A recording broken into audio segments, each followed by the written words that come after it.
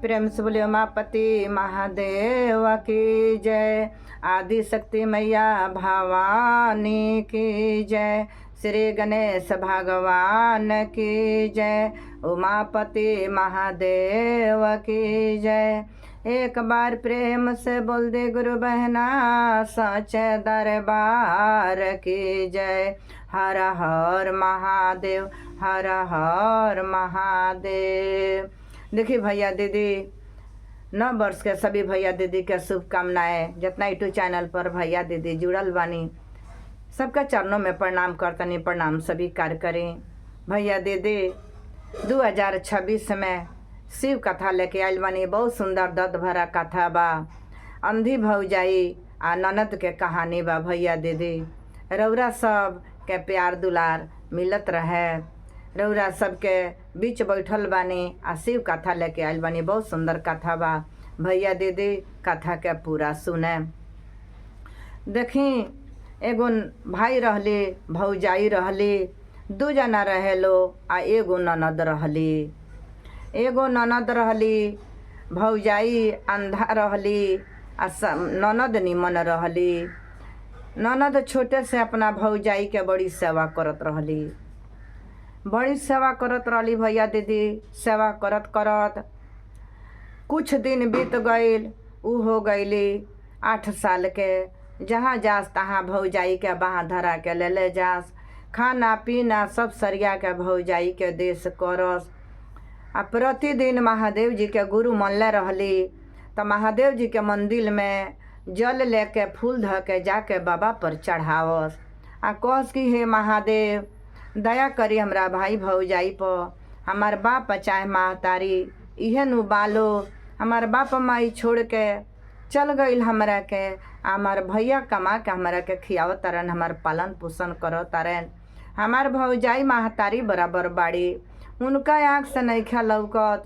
हे महादेव हमनी पर दया करी जो हमनी के समय पार हो जाओ। प्रतिदिन यही तरह से चर्चा में जास, मंदिर में पूजा करे जास। मंदिर में पूजा करे जाते जाते जाते जाते कुछ दिन हो गईली। जब 12 बरस के हो गईली तब कहतरी जे भौजाई अपना पति से जे देखी बबी शादी करे वाला हो गईल बाड़ी तो बबी के शादी क दियाई। गांव नगर के लोग कहता जे तू आन्हरे बाड़ू आ ननद तहार से आन हो गईल बाड़ी तो कहीं देख के शादी क द लोगन। तो कौन हमारा आँख बाजे हम देखेम आ सुनेम तो रउए नु खोज हेर के करम तो होई। तो रउरा जाई कहीं लइका खोजी इनकर शादी क दियाओ। कहतारन भाई जे हो बात तो सही कहतारू, लेकिन एक बेरा के खर्चा नहीं खे तो ई शादी ब्याह के तरह से होई। आ तो वही तरह से होई, कहीं ना कहीं तो करे के पड़ी, खोजे के तो पड़ी। तो रउरा खोजी कह दिली। भाई सुन के रह गईलन। सोचे लगलन जे अच्छा हम केहू से कहतानी गाँव नगर में नु बानी, कोई अगर मदद करी तो बहन के शादी हो जाए। चुपा गईलन। ओकरा बाद फिर केहू आवता कहता जे ए शिष्या दीदी शादी काहे नहीं खूब करत, शादी तो हनी के कर लोगन। कहतारी जे अच्छा कहले बानी अपना मालिक साहब से शादी होई, लेकिन चल जइहन तो हमार बड़ा दशा होई। ऐसे कि उहे हमनी के प्राण के आधार बाड़ी। सब हमार सेवा टहल उहे करतारी, ना रहियन तो बड़ी हमार सजाए होई। हमनी के ननद ना होई, बेटी बराबर बाड़ी। सब उहे हमनी के करतारी। रोए लगली या सोचे लगली। फिर अपना पति से कहतारी जे बबी सियान हो गईल बाड़ी, जाई रउरा कहीं से शादी के व्यवस्था करी। रउरा से ओई दिने हम कहनी रउरा भोर पर गईल बानी। कहतारन जे ना हो भोर नइखे पड़ल, लेकिन हम का करी। हम केहू से कहले बानी तो केहू जवाब ना दहल। फिर भी हम कहतानी केहू से, कहतरी जे फिर भी हम केहू से कहतानी जा तू अपन काम धंधा कर, हम लागल बानी। तो एगो भैया से जाके कहलन, तो भैया कहतारन जे हम एगो लइका देखले बानी, हम देखले बानी, रह बतावतानी। और उसिया पड़ोसिया लोग गांव में हवा उठा दिले रहे जे उ लड़की एगो चर्चा नहीं छोड़त, जहाँ चर्चा होता तहाँ चल जाती है। तो के उ लड़की से शादी करी अपना लड़का के उ लड़की से शादी करी। अगल बगल में 10 घर मिल के देखी भैया दीदी धर्म राह पर चल जाला नु तो कोई के बड़ा कड़वा लागेला, कोई के बड़ी कड़वा लागेला, लोग कहला हियाँ जातारी हुआ जातारी। लेकिन दुनिया बनाने वाला काहे के दुनिया बनाई, आ क्या तेरे मन में समाई। महादेव दुनिया बनौले बाड़ेन, जैसे धरती पर हमनी के भेजले बाड़ेन, आ धरती से उहे बोलावता रहन तो हमनी के जाता निसन, सब उ राज जानता रहन। ए बड़ा दीदी भैया हम रौरा बोलता निसन तो केहू के केहू सफाई देता, लेकिन महादेव के लगे केहू सफाई देवे वाला नहीं है, अंतिम समय में केहू साथ देवे वाला नहीं है। आ उ लड़की जब जास तब महादेव जी से विनती करस कि हे महादेव हम चर्चा में आइल बानी, हमार भौजाई आन्हर बाड़ी, हमार भैया एगो कमाता रहन, हमनी के पालन पोषण करता रहे, खाली अपना भाई भौजाई लोग खातिर दया मांगस आ महादेव जी से विनती करस। अब देखी जब उ भैया सुनता रहन जे हाँ एगो लइका हम देखले बानी, ओइ जब शादी होई, ई पूछलन जे चाचा जी रौरा कहत रहनी जे एगो लइका देखले बानी, तो का भइला कुछ ना बतौनी हाँ। आ तब बाबू देखो ना हम बात चलौनी हाँ, तो कहता लो जे ना से ओइजा से रौरा घर तर से हम फोन करके पूछनी हाँ, तो लोग कहता जो जगह जगह चर्चा में लड़की जाले, तो हम ना शादी करे। उ न कर गइलो, जब उ न कर गइलन तब अपना पत्नी से कहता रहन जे हो हम एक जगह बात बतियौले रहनी हाँ, तो लोग कहता जे चर्चा में जाता रही तो हम शादी ना करें। उ लड़की चर्चा घूमेले। अब तो ये लोग का दोनों जना पर बहुत मतलब के कठिनाई होखे लागल। तब भौजाई कहतारी ननद से जे बबी उनकर नाव रहे खुशी, ए खुशी बबी तू चर्चा में मत जा, तार शादी में लेकिन लग जाता। लोग कहता जे हम शादी ना करे। कहतारी जे भौजी तू चिंता काहे कैले बाड़ू, जौन महादेव जी लिखले होइयन तौने होई, माने हम चर्चा ना छोड़े, हम चर्चा ना छोड़े, हम चर्चा में जातानी तो हमरा के चर्चा में जाए दी, जौन महादेव जी लिखले होइयन तौने होई। यही तरह से करत करत करत करत फिर कुछ दिन बीत गई आ लोग के निमन ना लागे, लोगा के भौजाई के कान भरे, बार बार भौजाई के कान भरे, भौजाई के कान भरे लो तो भौजाई के दुख लागे। बेर बेर अपना पति से कहस, खिसिया के कहतरी जे रौरा ना जाम लइका खोजे, रौरा जाई कहीं लइका खोजे, जाई रउआ लइका खोजी, इनकर बियाह कल जाए, जहाँ के गरीबो घर के मिल जाई तो इनकर शादी क हमनी के विदा कर दिए। ऐसे के चर्चा छोड़त नहीं खी, मानत नहीं खी, चर्चा में जा तारी। देखी भैया दीदी जाके लगलन मोटरसाइकिल उठौलन आ जाके लगल लइका खोजे, कहलन जे ठीक बा हम जातनी लइका खोजे। लइका खोजे बहरलन, खोजत खोजत खोजत खोजत जगह जगह चारों ओर से लइका खोजैलन, केहू ना तैयार होके, कहीं गरीब गुरबा लइका ना मिले। अब महादेव जी जब देखतानी कहतानी जी तो चारों ओर से हमरा चेला के शिष्य के हमरा लइका खोजैलन, लइका ना मिलल तो कौनो ना कौनो ए पर राज ए पर लगावे के पड़ी, ए पर राज रचे के पड़ी। तो एगो मंदिर में रास्ता पर महादेव जी के मंदिर रहे, बहुत बड़ा नीम के गाछ रहे, पीपर के गाछ रहे, महादेव जी के मंदिर रहे, माई के मंदिर रहे, हनुमान जी के मंदिर रहे, बहुत बड़ा ऊपर चैम्बर भी रहे। आ वही जान मंदिरवा तर पीपरवा के गाछवा तर महादेव जी एकदम कोढ़ी बन के बैठ गईनी, भिखारी बन के कोढ़ी बन के बैठ गईनी। वही जान तले उन से आवतारन, आया के धूप जे लाग रहे तो वही जान मोटरसाइकिल रोक के आ छेहाए लगले। जब छेहाए लगलन तभी महादेव जी पूछतानी जे बाबू कहाँ गई रह, बड़ा पसेना भइल बा तहरा, आ थक गइल बड़ा तू, कहाँ गई रह। तो हमार बात मत पूछिए बाबा, हम आज 8 दिन से बहरल बानी, 8 दिन से हम निकलल बानी, हम बहुत परेशानी में पड़ल बानी। तब बाबू का भइल बा तनी बताओ तो हमरा से। तो का बताई रउआ से, रउरा का करे। तो कहीं हमरा सहयोग देवे वाला होखे, तू बताव तो पहले हमरा से। कहता रे जे देखी बाबा, हम 8 दिन से बहरल बानी, हमारे बहन बड़ी शादी करे वाला।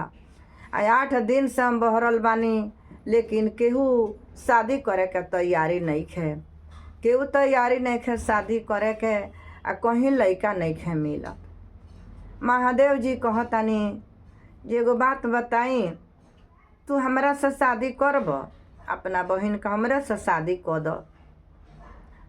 तो देखी ना अब हम का करी, हम तो बड़ा बेकस हो गइल बानी, बेवस हो गइल बानी।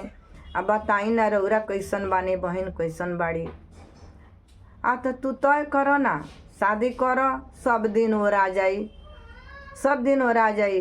तू शादी तय कर, मंजूर कर, तू तार मन में विश्वास होखे तो कहीं से हम भीख दुख मांग के खियाए, उनकर दिन ओरवाए, शादी तो हो जाई। कहतरन जी अच्छा ठीक बा, कहलन जी अच्छा ठीक बा, हम जातनी अपना मलकिनी से कहें, हम तैयारी करतनी अरौरा अपन तैयारी में रहें।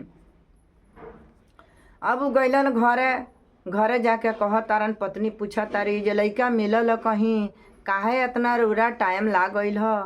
कहतारन जे का बताई, खोजत देखत चारू ओरी हम घूमनी, चारू दिशा घूमनी, कहीं लइका ना मिलल हो, लायक केहू तैयार ना भइल। एगो गांव के बहरी मंदिर रहल, ओई मंदिर तर एगो भिखारी बैठल रहल।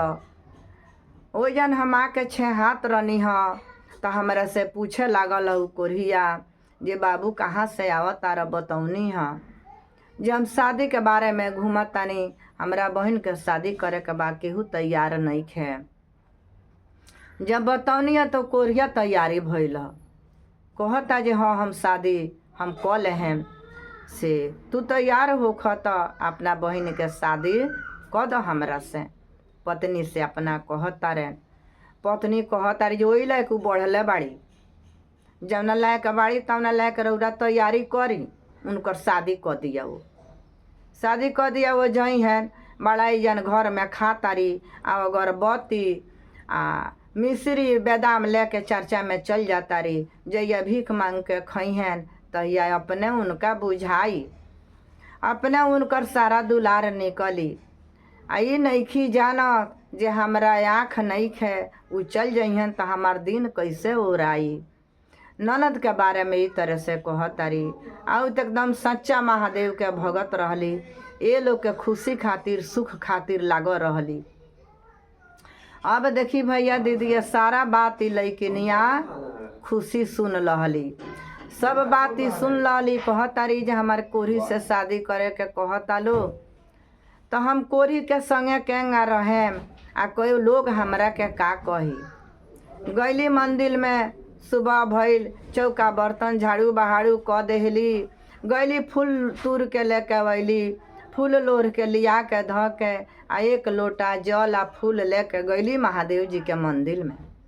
जब वही मंदिलिया में जा तारी तो देख तारी जो जनू कोरिया बैठल बाड़े, वही जनू कोरिया बैठल बाड़े। देखी भैया दीदी, महादेव जी के महिमा अगम अपार बा।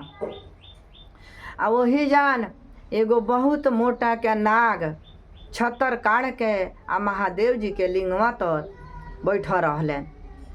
ओ जा रोए लगली, कहतारी कि हे महादेव जी, हमरा से कौन गलती भइल बा जे हमार भैया भौजाई मिल के कोरी से हमार शादी रचले बालो, तय क के आइल बालो जे कोरी से शादी हो जाओ। तो हे महादेव जी, हे नगऊ से हमार शादी हो जाई तो हमरा के डोस देते तो हम मर जैती, ओरा जैती, लेकिन कोरिया से सदिया ना होइत। रोए लगली या महादेव जी से दया मांगे लगली जे कोरिया से इथी से नगवे से हमार शादी हो जाई, तो हम तो जानता नहीं जे इनका संगे आएम तो हमरा के डोस दिहन मर जाए, महादेव के शरण में चल जाए। तो नगऊ से कहतारी, तो नगऊ कहतारी जे हे नाग बाबा रौरा हमरा से शादी करे। तो नाग बाबा बोलतानी कहतानी जे हाँ हम तारा से शादी करे, हम शादी करे। तो लेकिन केंगा करे, तू जाए अपना लोग बाग से पूछ, अपना भाई भौजाई से पूछ, तब नु शादी करे।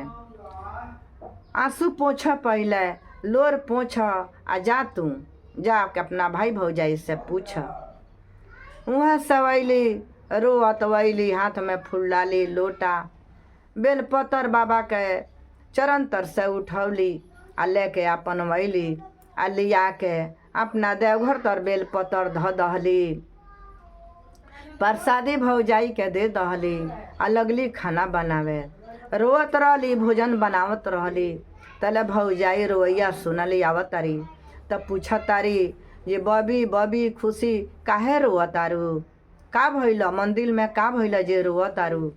कहतारी जे भाभी का कहीं हमरा के नाग से शादी रौरा क दी, हमरा के नाग से शादी क दी, कोढ़ी से शादी काहे के करे, हम रौरा गोड़ पर गिरतानी, हमरा के नाग बाबा से शादी क दी। हम बतिया के मंदिर में वैनी है आ गोड़ पर गिर गईली।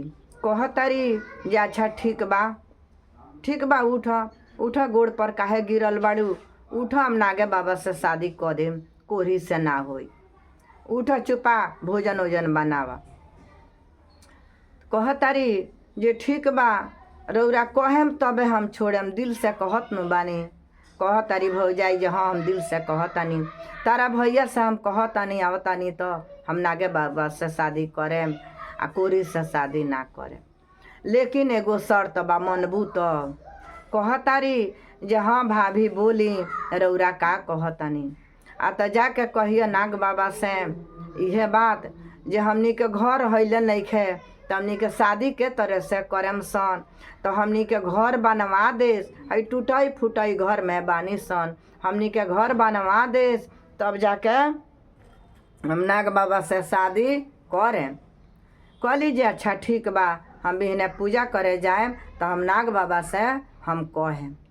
बिहानी पहर फिर अली नहा धोवा के फूल गंगा जल लेके अली मंदिर में, आ वही कोढ़ी आ वही नाग बाबा बैठ रहे लो, वही कोढ़ी आ नाग बाबा दोनों जना वहाँ बैठ रहे लो। फिर रोवे लगली, पूजा उजा कह लेली महादेव जी के, तो कहे लगली जे हे महादेव जी, हे नाग बाबा हमार भौजाई कहली ह जे शादी हम करेम कब कि हमनी के रहे के शरण नइखे, शादी करेम तो 5 गो ही आई तो रही कहाँ। जाके कहिए नाग बाबा से जे हमार घर बनवा दी हैं, आई टूटई फूटई घर में बानी सन, तब जाके हम शादी करम नाग बाबा से। कहतरे नाग बाबा इतने में चुपा मत रोआ, चुपा जा मत रोआ, घर बनी।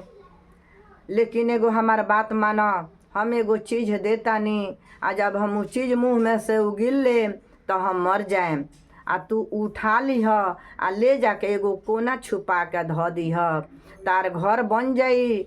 आ उ जले ले आके तू हमरा मुँह तो धरबू ना, तल हम जिंदा होखेम ना, आ मोहिया मरल लाश हमार पर रही।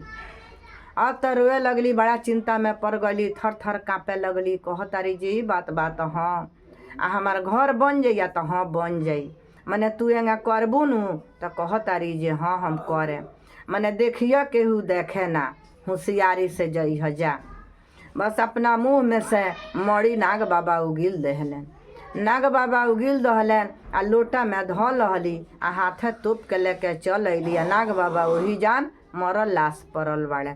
देखी भैया दीदी, बहुत सुंदर शिव कथा बा, कथा के पूरा सुनेम, अधूरा ना सुनेम, पूरा सुनला से रहस्य के जानकारी होला, महादेव के दया के जानकारी होला।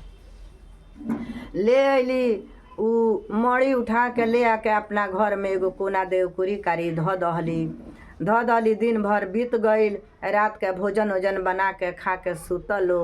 राते भर में बहुत सुंदर मकान बन गई, बहुत सुंदर उनकर मकान राते भर में बन गई। देखी भैया दीदी, महादेव जी के महिमा अगमा पार बा। जब घर बन गई उनकर भौजाई जब जागत तारी तो कहत तारी बबी बबी अरे लोग के बोली कैसन सुनाता आई घरवा काहे दूसरे खानी बुझाता रोशनी घरवा में बा। तो ए भाभी ए भौजी ए भाभी घर हमनी के बन गईल, अब रौरा नाग बाबा से शादी कौन देम हमार। कह तारी जे हाँ हम कह देम, लेकिन फिर भी एगो शर्त बाटे, एगो शर्त बा, हमार बात मनबू तबे हम नाग बाबा से शादी करें। कह तारी जे अब का भौजी आ तो जा कहिए नाग बाबा से जे दुआरा पर कुइया खोना देवे के, एगो खूब सुंदर कुइया खोना देवे के, जो में बतक उतक राखल जाई, चरी लोहरी अरिया फूल लगा दियाई, आ तू जइह फूल तूर के ले अइह, पूजा करिह चर्चा करिह। जब इनकर घर बन गई अगल बगल के लोग मार हाहाकार जोते लागल जे ई खुशी चर्चा में जात रही ह। चर्चा करते करते महादेव जी इनकर महल आलीशान बनवा दहनी, कितना सुंदर महल बन गई। कहतरी जे ठीक बा भौजी हम जाम तो जरूर नाग बाबा से कहें, मने रौरा शादी कौन देम नाग बाबा से। कहतरी जे हाँ हम कह देम। का कैली जे ऊ मड़ी उठा लहली, लोटा में उठा लहली, जल भर लहली आ लेके गईली तो देख तारी नाग बाबा वहीं मरल पड़ल बानी। नाग बाबा के मुँहवा तो ध दहली, नाग बाबा जिंदा हो गईनी, मड़ी के घोंट घलने। फिर कह तारी जे हे नाग बाबा, पूछत तारे नाग बाबा तार भौजी तैयार भैली है शादी करे खातिर। कह तारी जे हाँ नाग बाबा भौजी तो तैयार भैली है, बाकी को एगो औरी शर्त रख ली है। कह तारी जे बतावा का कहली है। आ तो कहली है जे एगो द्वार पर कुइया खूब गहिरा खूब बढ़िया खोनवा देवे के, और में पानी भर देवे के, जे वही में अरिया अरिया फूल रोपल जाई, तू पूजा करी है। आ वही में हाँ बतख पोस दिया, वही में बतख रही लो, सुंदर लागी। द्वार पर घर बन गई अधूरा लागता, द्वार पर एगो कुइया रही तो सुंदर लागी। कहलन जे अच्छा ठीक बा इहो पूरा होई। फिर हम मड़ी दे तनी तू ले जा आ घर में ध दीह, आ कहिए जे कुइया खोना जाई। फिर मड़ी तू लिया के हमरा के तू दे दीह। कहली ठीक बा। फिर यहाँ महादेव जी के पूजा पाठ कऽ लेली, महादेव जी के पूजा पाठ कऽ के आ फिर उ मड़ी लेके चल गईली। ले जाके फिर मड़ी के महादेव जी के सुमीर के ध दहली जतन से, आ ध के कह तारी जे हे महादेव जी कुइया खोनवा दी जे नाग बाबा से हमार शादी हो जाओ। जब कुइया खोना गईल बिहानी पहर, तब कह तारी जे भौजी अब तक कुइया खोना गईल, अब नाग बाबा से शादी कौन देम रउआ। कह तारी जे हाँ कह दे। तब अब सोचता लो भाई भौजाई अपना पति से कह तारी जे देखी ई नाग बाबा से बेर बेर कह तारी शादी करे के, आ इतना धन संपत्ति हो गई, आ हमनी के नाग बाबा से शादी कइल जाई तो लोग का कही, हमनी के लोग बड़ा हंसी, हमनी के बड़ा लोग मूर्ख समझी, कही धन के लालच में पड़ल बड़े सन। देखी भैया दीदी अब ये लोग के धन के आगे घमंड हो गई। जब इतना महादेव दया दे दहनी तो ये लोग के मन में अंधकार छाप दिल रहे, आ धन के आगे लालच ये लोग के समा गई। फिर का कैली ये मड़ी उठा के ले आके नाग बाबा के मुँह तो ध दहली, नाग बाबा जिंदा हो गईनी। पूछतानी जे तैयार भैली ह। कहतारी जे हे नाग बाबा तैयार भैली ह, लेकिन फिर भी कहली ह जे अब फिर हम पूछनी है जे हमार शादी कौन देबू भौजी। तो कहतारी जे हाँ शादी करेम, दूगो तो पूरा हो गई, एगो पूरा औरी हो जाई, तब जाकर तू अपना नाग बाबा से कहिए। पूछनी है का कहेम, तो कहतारी हमार दोनों आँख हईले नहीं खे, तो हम केंगा बर के देखेम, केंगा नाग बाबा के देखेम, केंगा कुइया घर दुआर हम देखेम, हमरा कुछ लौकत ही नहीं खे। तो आँख हमरा हो जाई, जाना कही अपना नाग बाबा से जे कम से कम एको गो आँखवा हमरा के दे दी, जे हम कुछ देखेम आ शादी बियाह करें। तो अब तो नाग बाबा कहत रहे जो उनका मन में लोभ लालच समा गइल बा, आ उनका मन में बहुत कठिनाई हो गइल बा। वो मूर्खई पर चल देले बाड़ी। तब नाग बाबा से कहतारन जे अच्छा ठीक बा, आँखों दियाई उनका के। तब कोढ़ी कहतारन महादेव जी तो यहाँ सब लीला देखतानी जे का हो रहल बा, के का सोचता, के कहाँ जाता। कहतारन जे ठीक बा, हम अपन आँख एगो देतानी, आ ले जा तू अपना भौजाई के, उ सुत रहियन तो उनका आँख पर धऽ दीह, आ उ एगो आँख उनका मिल जाई, उ ताके लगी हैं। अब रोआ तारी बड़ी या कह तारी जे हे कोढ़ी बाबा, का जाने हमार भौजाई का सोचत तारी, का भैया सोचत तारन, आ रौरा अपन एगो आँख काढ़ के दे देहनी, रौरा कैसे रहें। कहतारन जे देख तू मत रोआ, एगो आँख उ मांगत तारी तो उनकर दिन ओरा जाई, एगो हमरो लगे आँख बा, हमरो दिन ओरा जाई। तू रोज आवत तारू जाड़ा बरसात महादेव जी के गर्मी ठंडी में पूजा करे, तहार तो बचन हमनी के राखल जरूरी बा, तहार लाज बचावल हमनी के जरूरी बा। लोर पोछा तू जाए अपना भौजाई के द। वहाँ से अली आ भौजाई के ले आके देख तारी ये सुतल बाड़ी, तू उनका आँखवा पर धऽ दहली, भौजाई के एगो आँख हो गई। तब कह तारी जे बबी आँख तो एगो हो गई, अब हम नाग बाबा से शादी जरूर करें।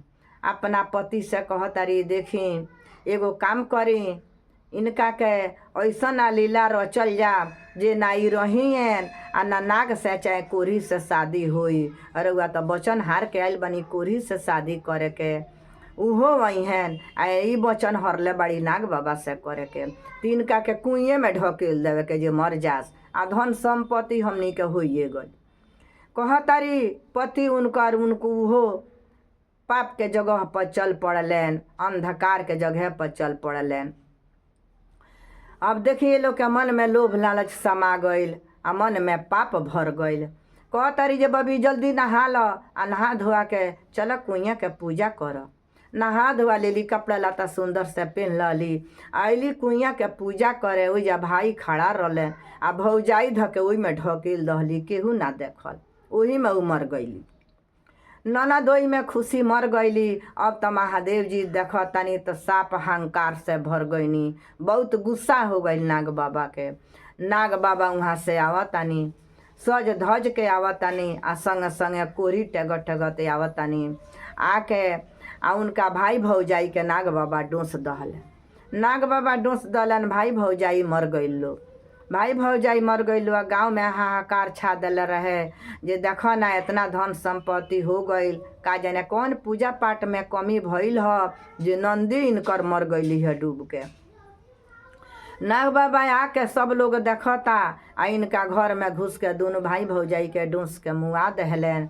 आ वो में से जाके कोढ़ी बाबा जे आई रहे संगे निकाल रहले, उ लड़की के निकाल के प्राण डाल के जिंदा क के, आ प्रगट महादेव जी खड़ा होके आ उ नाग बाबा के 18 बरस के कुंवर बना के आ उ लड़की से शादी करवनी।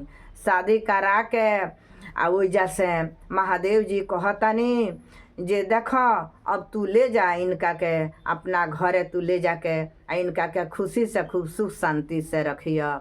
देखी भैया दीदी, लोभ लालच में ना पड़े के, धन के आगे घमंड ना करे के, बुद्धि हो जाए ज्ञान हो जाए तो गुमान ना करे के, कोई के अपना नज़र से पाप के नज़र से ना ताके के, धर्म के भैया दीदी के धर्म से ताके के चाही।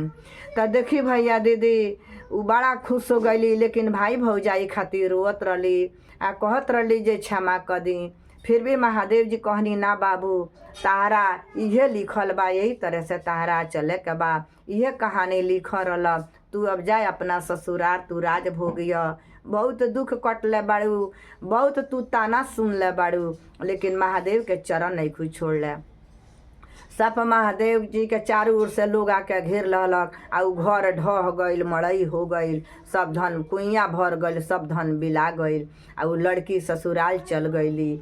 महादेव जी बहुत आशीर्वाद दहनी उनका के अपना हाथे विदा कैनी। तो देखी भैया दीदी, नया साल में 2026 में ई कहानी डाल रहल बानी सन, अपन प्यार दुलार जरूर बनाए। जैसे उनका मंजिल मिलल, जे कथा के सुनता सबका मंजिल मिलो, सबकर जीवन का अंधकार दूर हो जाओ।